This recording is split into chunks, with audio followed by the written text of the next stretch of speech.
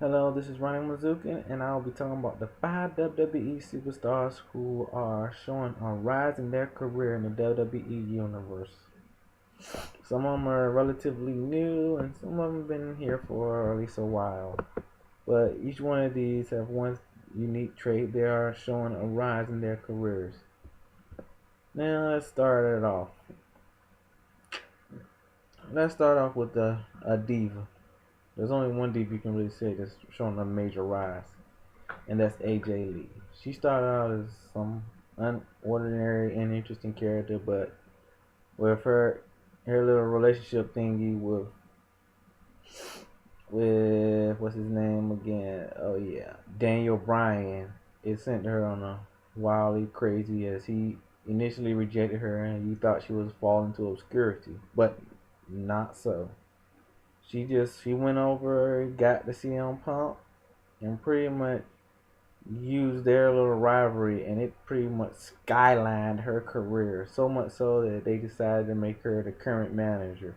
Now I don't know how long it's gonna last. I'm not really an AG fan, and her temper tantrum on Raw really didn't put much for her unless she can take control and get a fairly mature revenge on Vicky Guerrero as most general managers do. I don't expect much from her. But you can't deny that she's becoming a major player and talent and entertainer of sorts. And pretty much showing that she has a pretty great rise in the short brief of her being a nobody diva into one of the most highly decorated and recognized divas in the league. Moving on, next person. The next person will be Antonio Cesario, the guy who speaks five different languages, or pretty much just learn a couple phrases in different languages, and highlights that as being a very decorated translator and person who knows a lot of language. But he won the United States title, and ever since then, he's getting respect and he's winning matches, so he's doing a pretty good job. He just came from NST. He's probably currently the one of the more successful people who came out of Nets Redemption. Currently, maybe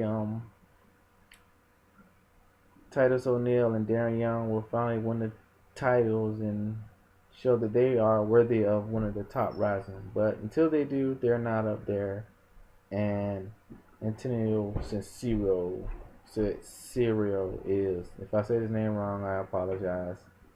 But that's how it is. Another one is Damien Sandew, the intellectual savior of the masses. Now, usually when people come in with that angle, they don't really get too far.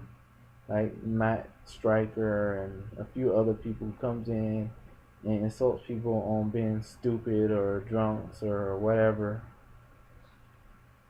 But as of yet, he's showing winning ways, and he's now being paired together with the main eventers like Randy Orton and stuff.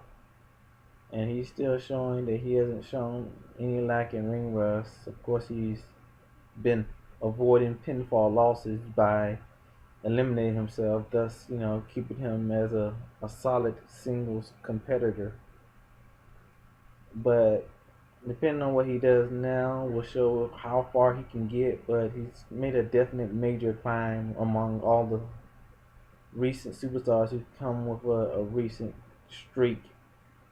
And one of the people, unlike Tensai, who first came in made a dominance, he's pretty much just became a failure right now, and he's not really all that of a fast and rising. He kind of plummeted. But Damien Sandew is still continuing to rise despite being humiliated by Degeneration X. He's still doing pretty good. Moving on, the next person on the list will be Ryback. Yes, feed me more. I'm not really feeling them. And his little feed me more is it really is not as catchy as other phrases like, who's next? Or get out of my way. Those they were exciting, but I guess they had to come up with something. So feed me more is what he's doing. I mean, he doesn't bite anybody, so to me it's just kind of lame and stupid. But you can't admit it. He's still winning matches every week. and eventually they're gonna have to put him up against some real superstars so that we can see more high-profile battles and to see if he's really up to being the next Goldberg. I'm not sure. I don't think so, but you never know, and he still got plenty of room for growth. So we'll find out. And the last person on the list would have to be Dolph Ziggler. What makes him so special out of all the five people? He's fast and rising because now he's moving from mid card status and he's trying to make a bid towards being one of the main card superstars. And I think I would have to say, whether you like her or hate her, Vicky Guerrero is doing a good job with him. And some people think he should leave Vicky, but I don't really think so because his mic skills really aren't up to par. He has a few good one-liners like "I'm better than this." When he said that, I kind of gained a little respect for him. Yeah, he was a little bit better than this, and but right now his mic skills aren't really good enough to be great on his own. And I think Vicky Guerrero is doing a good guiding him, and he's not being crazy like John Cena and putting his money bank while having rivals that could easily interfere in his match and destroy his money in the bank hopes. So I really think Zack Ryder, I think Dolph Ziggler is really doing a good job. He's trying to build himself up in his career. So when he finally does cash it, he'll have enough energy and enough victories against main people like Randy Orton and probably some other big name people. Then when he holds the title, he'll have a decent title reign because he's already built some credibility. Unlike many of the past superstars who use their money in the bank just to get a quick, fun title shot and get a brief reign. But time will tell. These superstars have shown great diligence in rising up in the craft of WWE entertainment. And I would like to hear your comments, your concerns, if you agree, if you think some people are more worthy of the title.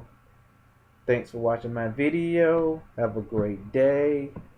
Thumbs up.